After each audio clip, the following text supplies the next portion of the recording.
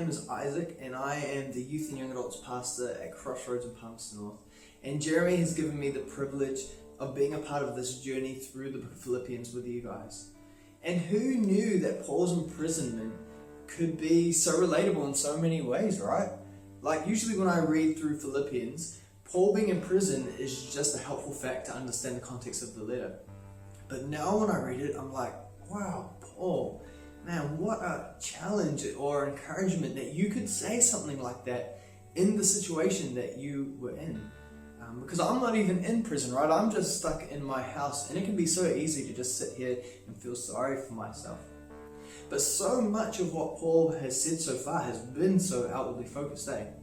You know, he said in chapter 1, I thank God for you, and even in my chains, lives are changing and the gospel is being made known. And even though I'd probably rather be with God right now, I'm kind of torn, but I think, I should remain here so that the good news can continue to be spread.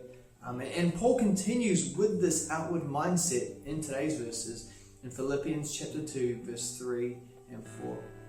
And this is what he says. He said, "Do nothing out of selfish ambition or vain conceit. Rather, in humility, value others above yourselves, not looking to your own interests, but each of you to the interests of others."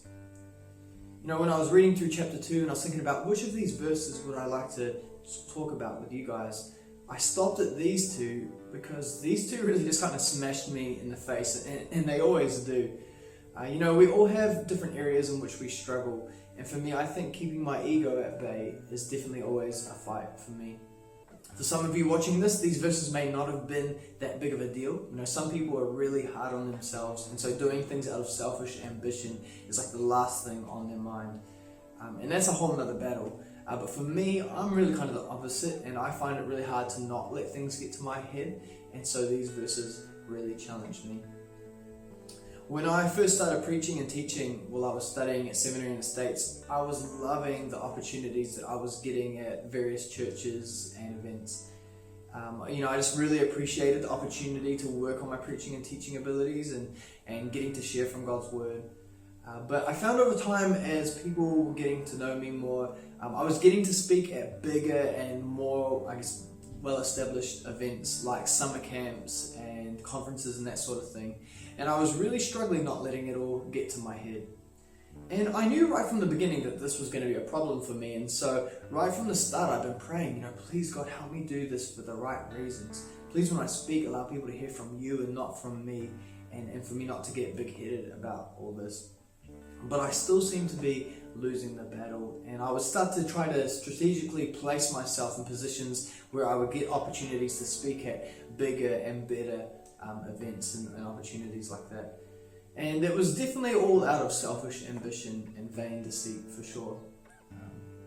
But fortunately, God helped me out by making my visa void, and for me having to return to New Zealand unexpectedly and live in the spare room of my grandparents with no idea of where to go or what to do, no job, no plans. And that was massively humbling for me. And it really put into perspective how unimportant I actually am, but what a privilege it is that God allows me to serve Him and to use any gifts that He's given me to serve others.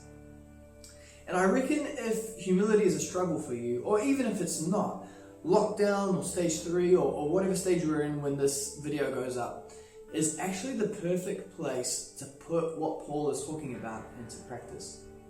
Because we've probably all got a little bit more time on our hands, right? And it can be so easy to just waste it all on ourselves.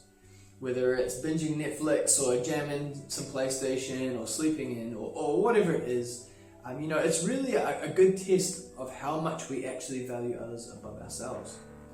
Because if we truly do value others above ourselves, then even in a situation like this, our first thought would be, how can I help others out during this time? Rather than sweet time to watch through The Office for the 10th time in a row.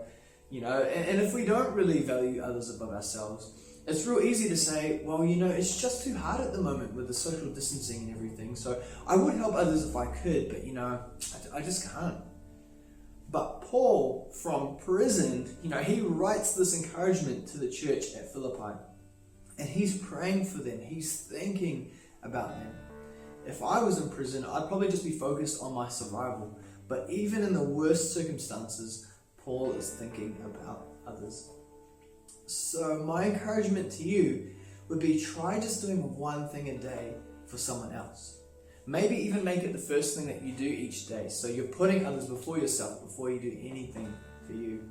Whether it's sending a text to someone to just see how they're doing during this time, and maybe not even a close friend, maybe somebody that you don't actually really talk to that often, to just check in and see how they're doing. Maybe it's putting a note in the mailbox of an elderly neighbour to say, hey, I'm available to help, I can go grab your groceries for you, or whatever you need. Maybe it's letting others in front of you in the line at the grocery store, which can feel like a massive sacrifice with how long the lines can get sometimes, right? Just one thing a day that gets you in the habit of putting others before yourself. That whatever you do, you're making it about others and not about you. Paul was the master at this, but I don't imagine he was just naturally like this, especially when we think about his violent past. And so I think if we want to care about others in the same way that Paul did, like the way he cared about the Philippian church, just doing one thing a day for someone else is probably a good place to start.